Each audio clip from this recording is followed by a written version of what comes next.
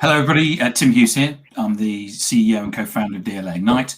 With me today, I've got Nick Raeburn, who also goes by the name of the Video Nerd, or That's Video Nerd, as he's got out today. So, Nick, thank you so much for joining us. And this is going to be one of those practical sessions that people need to get their pen and paper out, or their iPad or whatever, and take notes, I think. Before we get into it, where can people find you? Pretty much 24/7 LinkedIn. I pretty much live there. Yes, sleep, bathe, eat, breathe, live LinkedIn. So if you need to get hold of me, just go and check me out on LinkedIn. Easiest way to find me is I've got a nice big pink banner, so you won't miss me in the feed, I don't think. And you'll notice that Nick's left his sunglasses on his head. Yes. They're stapled to my head. I had to have them surgically removed. So give us a little potted history, because you've done some amazing stuff from a video. You know, you've done videos for what, Elton John, and I mean you've got your video studio. So give us a little story about yourself. Yeah, so I've always been obsessed by film and story and the moving image from a really young age, and just sort of naturally gravitated towards that. I actually started out my career began weirdly enough in I started off by doing construction site safety videos. Right. That was my kind of first foray into video, really. And then from there, I progressed to freelancing, and then started to work agency side. And then I left there when my daughter was born. So I decided I want to spend more time with my kids, and set up on my own. And weirdly, that hasn't turned out that way. And then progressed from there to running my own business as well. Yeah, worked with the likes of Elton John. We've got a feature film, I think it's still on Netflix at the moment, called Hurricane, that we did all the air-to-air and specialist filming on as well. So if you're really bored, you can go and check that out on Netflix. Right.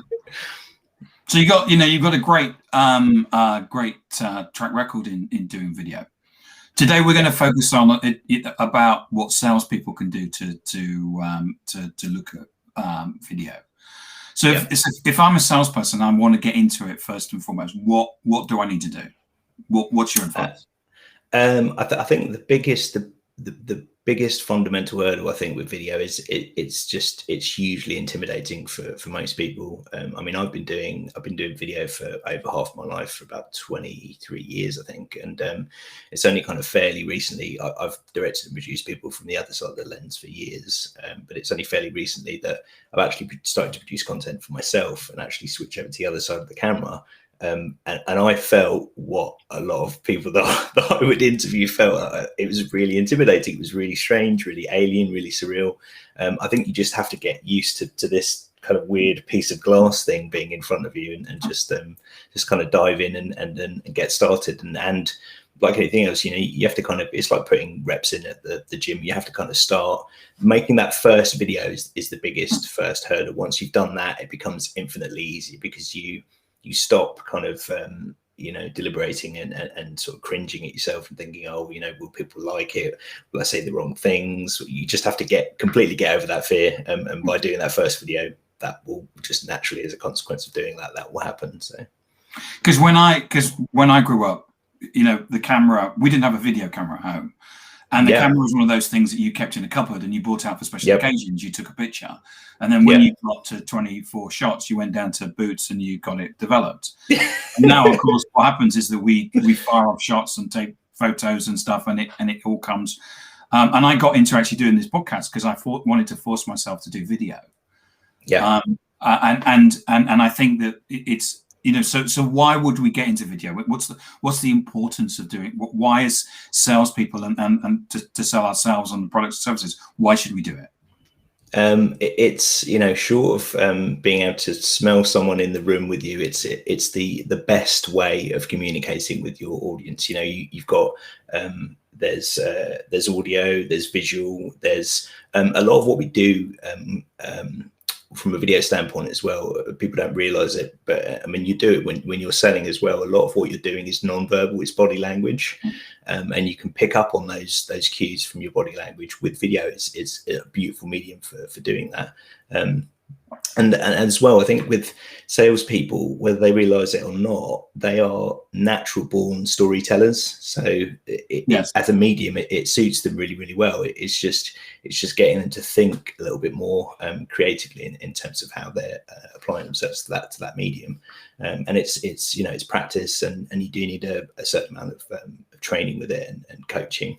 And it's just kind of getting comfortable with the process. I think you get to a stage with it, I think, where you understand the mechanics of it and you understand the process of it. And then when you hit that kind of sort of bar, I guess, you become comfortable with it. And that's when your real personality starts to come out and kind of shine. Like a lot of people, when they first start, they kind of clam up and they're kind of very constricted and they're very kind of robotic. And then, you know, after I've done a few videos, they kind of get comfortable with the process and they just, the human side of them starts to come out a bit more, and that's when the magic starts to happen. So I've got one of these.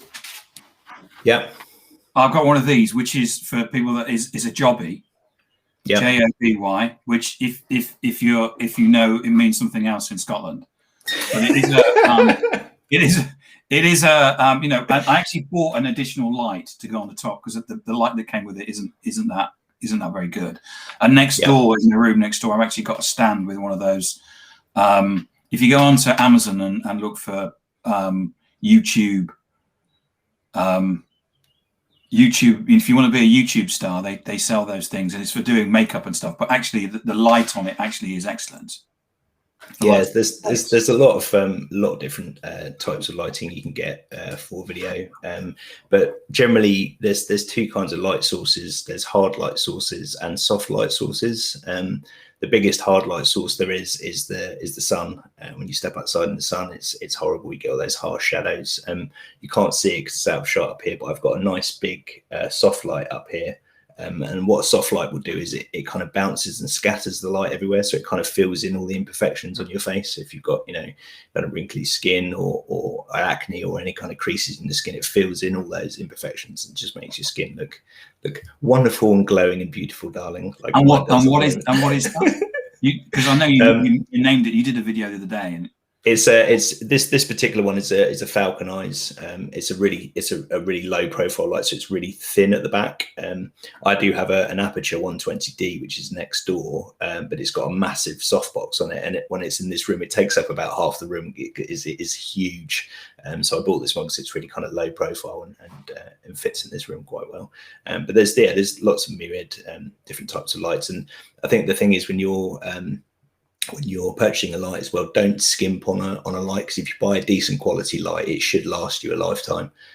So yeah, don't skimp on them. I know a lot of people kind of favor ring lights as well, and they can be quite nice. But I think it's getting into the habit. Like if you're doing a lot of video content, it's quite nice to have a permanent setup somewhere. Like I've got a permanent setup in here. Yeah, I've got a permanent setup. Yeah.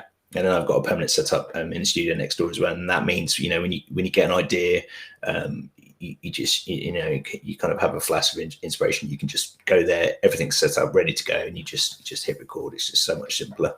Mm. And one of the things that I don't know what you think about using the front or the back camera. Most cases you can you would use the front camera because you can actually see yourself.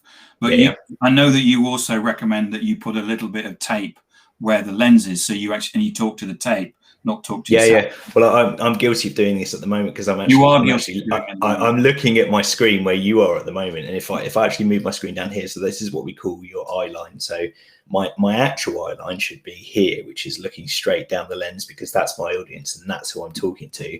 But if I'm talking to you and you're up here, my eye line wanders. So it's you need a fixed point to permanently look at. And if you're doing this as well, like if you're recording and you're kind of looking around while you're recording, it just makes you look shifty and weird. So have a fixed point to focus on, which is generally straight down the lens, and then it's just easier to so we've had a question from Simon Hodgkins. LED or older soft boxes? LEDs are going to be lower power draw. They're going to be less hot as well. We used to use red heads back in the days, and dado lights are really good as well, but they do a range of LEDs now.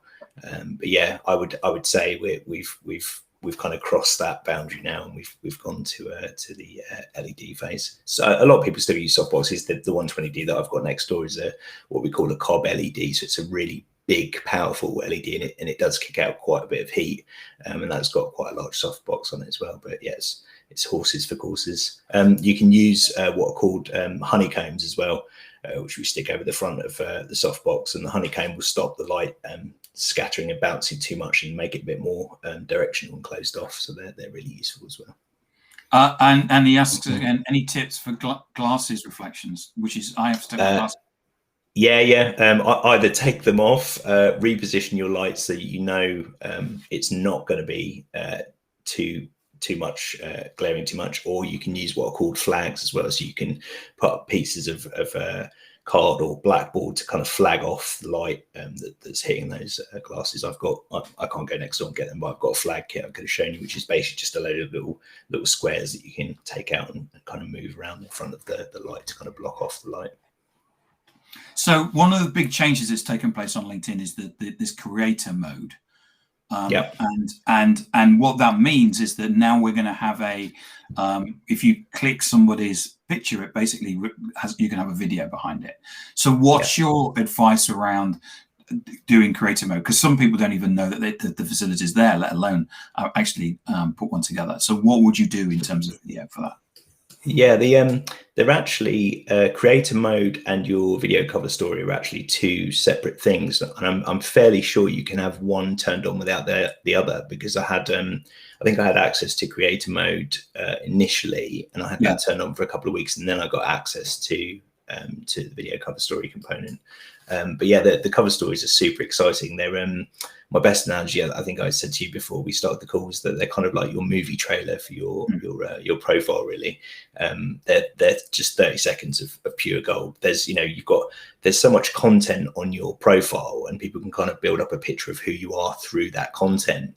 But there's no other piece of content on your profile that does the job that video cover story will in kind of getting the audience to know, like, and trust you from playing that content. And you can just have so much fun with it. I've seen some really creative cover stories already that people are kind of knocking out. But yeah, you've got kind of 30 seconds. So the way I've kind of broken it down, I've got a free resource which is on my. If you head over to my profile on the featured section, I think you may have to scroll across and go to see all. There's a free PDF on there that you can download, which will kind of give you a breakdown of how to script and produce your own cover story. But the way I've broken it down is basically just really simply into a kind of intro, middle, and end. So kind of 10-second chunks for each of those. And then for your intro, kind of use that as a kind of brief introduction and sort of talk about your past experiences and how they've allowed you to get to where you are. And then kind of talk about how you help your particular, prospective client. And then at the end, we do as a kind of call to action. So if you've got any kind of free resources, or you want them to follow you, or you want to drive them to a particular website or something like that, then you can put that at the end of the video. But it's quite nice. We're currently producing one at the moment for a client, and his profile is all kind of themed around underwater stuff, because he nearly drowned in a pool as a kid, or drowned in the sea. So his one we've shot, he shot it all underwater, and for the intro part of it, we got him to put some plexiglass up and kind of push his face up against the glass and kind of tap on the glass, because the first 3 seconds of the video is you'll see that kind of looped section. So it's kind of him kind of tapping on the screen effectively to kind of draw you in. So having something there that's kind of a hook, like you would do when you post something, to kind of get people to, impulsively click on it, like whether it be a bit of text or some sort of pattern interrupt or some, funky colors to attract people's attention to actually click on the video is really important. We've had a question from Neil. Would you recommend getting a cheap colored backdrop from eBay, Amazon, or just use your office background? And I think, Nick, in terms of, think of it, in terms of your first go and the average person, what do you think? I would say, if you're going to go down that route, either get what we call a cyc, which will be a kind of coloured panel. I've got a grey cyc next door, which absorbs light really well, so you can kind of light it really nicely, or get a green screen. Green screens are not as intimidating as you think to use. The beauty of the green screen is you can put any backdrop behind it. So I think it's kind of thinking about, you know, I'm always of the opinion, don't buy cheap and buy twice. Do it once, do it right, and then you'll have that thing for life, and you'll learn as you go along with it. So I think it's a case of don't just you know, do an impulse buy and buy something cheap for a quick fix solution. Buy something that's gonna sustain you for a longer period of time. And a green screen or a cyc is the way to go. Right. Okay. Thank you. You can even I've got one here actually. So I've got a little. This is an Elgato one, a pop-up one. There we go. There we go. I can just pull. If I need to whack the green screen behind me, I can just pull that up. Easy. And so just go for the straight green screen. I mean, green screens will always be, if you're going to start using video, yeah, you're going to use it at some stage. Yeah, and it allows you to, you know, to be really creative, put yourself in kind of any environment. And if you start to combine those with props and stuff, you know, you stick an astronaut's helmet on or a goldfish bowl, you can pretend you're on the moon, or, you know, just you can start to get silly and creative with your content. I think that's the trouble, is that people, they start to create video content, and I think once you start to enjoy the process and understand it, that's when you can start, you know, kind of flexing your creative muscles and just starting to go a bit zany and off the wall with stuff. That's the kind of content that, you know, think about it in terms of the kind of content you like to watch when you're kind of scrolling through the feed. I see so much kind of talking head content where people just kind of stationary and yeah. They're kind of stationary and they're sat talking to camera. But even something as simple as learning to edit, which is something I tell my students all the time, is you can trim out all the ums and ahs, you can condense it down, make it a lot more tighter, a lot more punchier.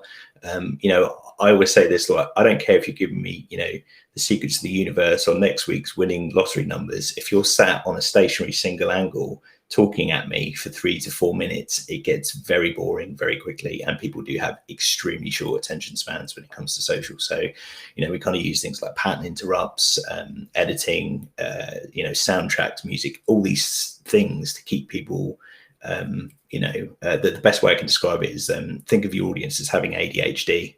That you want to kind of hook them in and keep them kind of watching and keep them on that treadmill. So you kind of constantly need to kind of mix up what's going on underneath to keep people engaged. So what would you recommend people take from an editing perspective? What things would you recommend?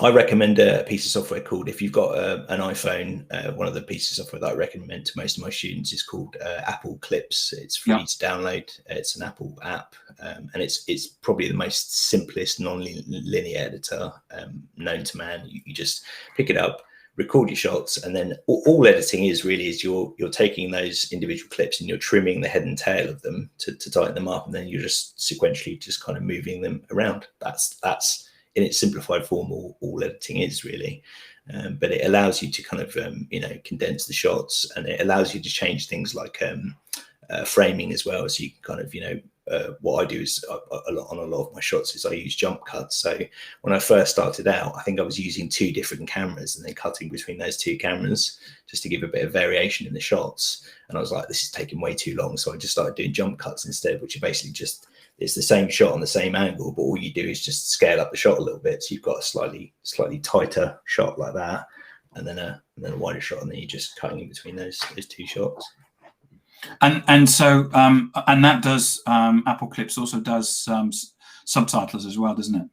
It does, yeah. That's one of my biggest bugbears. I still hate doing captioning. I've used tons of different captioning software, and any you know, audio to text transcription service, it's never 100% accurate. You still have to go in and tweak it. But Apple Clips, the stuff you throw at it, it does it on the fly, and it does it for you, and it burns it into the video. And you can go in and tweak it if you need to. But I've very rarely seen it mess up. Really, it's fantastic, and the fact that it does it for you on the fly is just, yeah, it's a game changer. It's so easy to use. Yeah, I use subtitles, so subtitle but with a Z as for my captions, which is a commonly used one. But I mean, you recommended Apple Clips the other day on LinkedIn, so I started experimenting with it, and it's a very powerful. It's extremely considering it's free.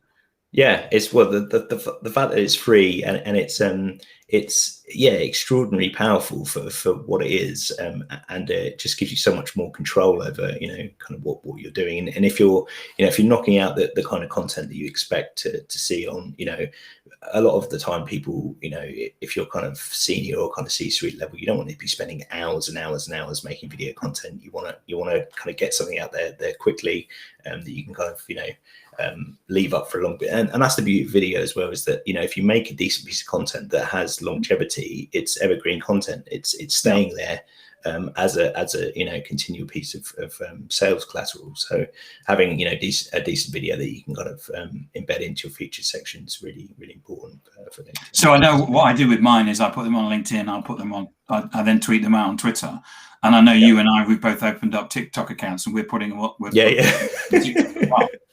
I mean, the fact is that you can take one piece of content and then put it into lots of different places.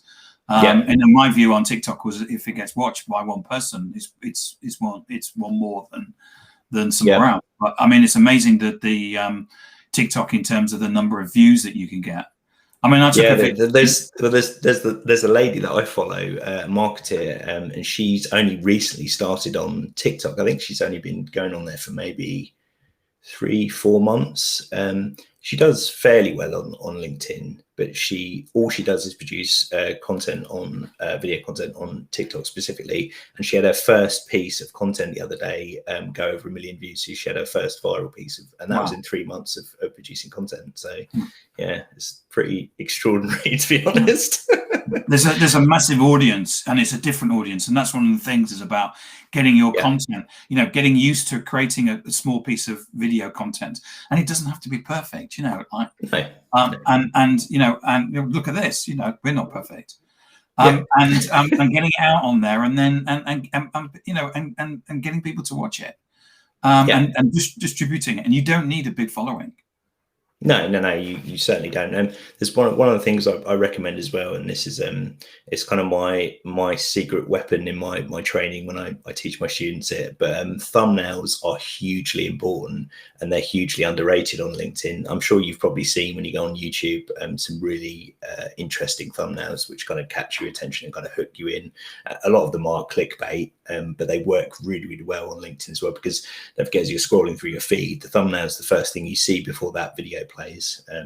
And I'm sure you probably know this as well, but a video view only counts as a view if it's watched for more than 3 seconds or more on the feed on LinkedIn. So you have to work much harder to actually garner a view through video content than you do for a text post. So it's trying to grab that attention as they're kind of scrolling through the feed and hooking their attention again to actually click on the video is really important. But yeah, thumbnails are if you're not utilizing thumbnails, then you're dead in the water. get cracking with the thumbnails, because they're awesome. Good bit of eyeline there. Thank you. Nick, thank you so much for coming on. The 20 minutes goes so quickly, and thanks to the audience, Neil and Simon and Janet, basically coming on and asking questions. Thank you so much for that. And pleasure. Cheers, guys. Remind people where they can get hold of you. LinkedIn. Just head over to LinkedIn. Do a search for That Video Nerd, and you'll see my big pink smiley face looking right back at you with the sunglasses on his head. With my sunglasses on my head. Yep. Nick, thank you so much for today. It's been fantastic. Pleasure. Cheers. Thanks for having me on. Cheers. Thanks, everybody. Bye.